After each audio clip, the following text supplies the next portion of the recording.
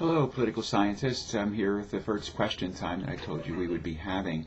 I wanted to talk about, first of all, the fact that we have quizzes that are ongoing every Friday, and I wanted to mention a few items about the discussions that we've been doing, and then go through a handful of questions that a few of you sent to me this week for our question time for the week. First of all, on the quizzes, the purpose is to learn the material and to give you practice to see how well you're learning that and give you a benchmark. One of the things you should know is it's practice for the midterm exam and the final exam, and you'll find that as we go through the semester, the amount of time you have for each question will be going down a little bit per each item to get you in better practice for the exams. One of the things I want you to be aware of is, this shouldn't just be an exercise where you look up the answers, but eventually it should get to the point where your knowledge and the memory of that knowledge and the recall of it comes into play when you're taking the quizzes. Congratulations to Josh Minich for his almost perfect job on the quiz that we had this week. Keep up the good work, and there's a goal for all of you to shoot for, and a lot of you are pretty close to that. Second thing I wanted to mention were the discussions. I'm really, really happy about how well you're doing on those, and this same-sex marriage issue got a lot of responses from folks that were very sophisticated, and I'm extremely happy with how well those of you who are participating in that are doing. I'd like to encourage you to participate 2, 3, even 4 times, maybe more, and check it from day to day, and the quality will continue to not only be high, but also to improve quite a bit as well. So let me take a look at a couple of these questions that you folks had. First, Josh is going to be an educator. He's going to be a social studies teacher in the area. Can't think of a better thing to go for than that, since that's what I did for 35 years. And Josh asked me what was it that I taught. And so a little bit of background, I taught world culture 7th grade for 1 year. Didn't like that a whole lot as far as the age group of the student. I taught U.S. history, American national government, I guess you figured that, comparative government, AP comparative government for several years. I also taught, of all things, psychology as well. Okay. Josh also asked a question about how is it that a state can grant same-sex marriage yet the federal government can deny those marriages the recognized benefits.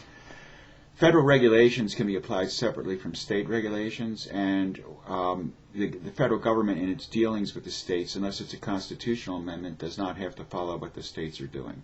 So if the federal government, as they seem to right now, want to make same-sex marriage difficult, they can do so by the regulations that Congress and the bureaucrats, as we'll learn, put into place regarding those marriages. Basically, it's a federalist issue, and the national government has control over how they deal with people regarding same-sex marriage. An amendment or law at the national level, that would be a different story. Jim Krupa wanted to know what is needed to be changed in the Supreme Court as it is now in order to permit a national amendment recognizing gay marriage in every state in the Union. Well, the Supreme Court right now is usually split 5-4, and many of their votes on the conservative end of things. All it would take is one justice to die or to resign, and President Barack Obama would undoubtedly appoint a liberal to the court, and that liberal would tip the balance the other way. It would make it one position will make a tremendous difference, and the odds are that President Obama will probably get a chance to do that. But really, the Supreme Court is not needed for an amendment. In fact, an amendment can overrule anything that the Supreme Court does. A national amendment would have to be followed by the court.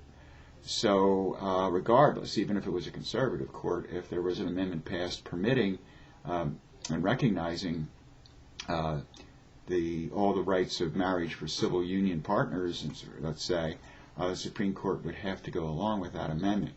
I don't think in today's climate that's likely to happen soon, as the legislature wants to keep their hands out of the issue, and if they did get involved, it would probably be would not be in a way that would foster same-sex marriage at this time.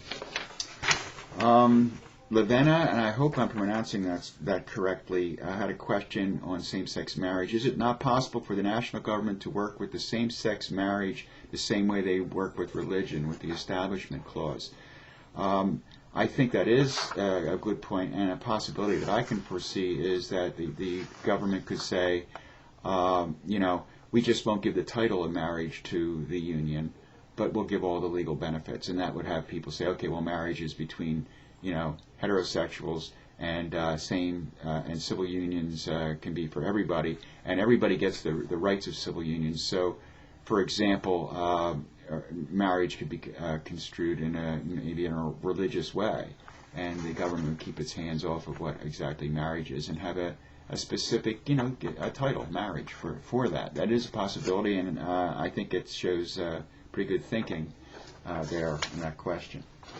That's something that I could see that might happen in the near future.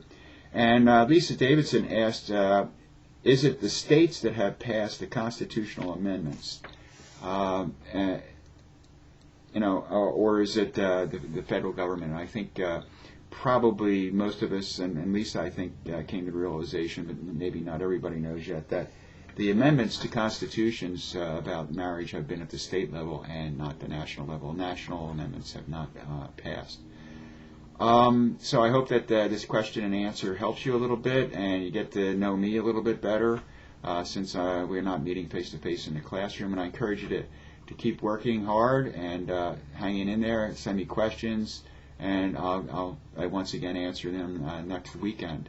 Good luck with your C-SPAN paper, and until next time, I'll see you later.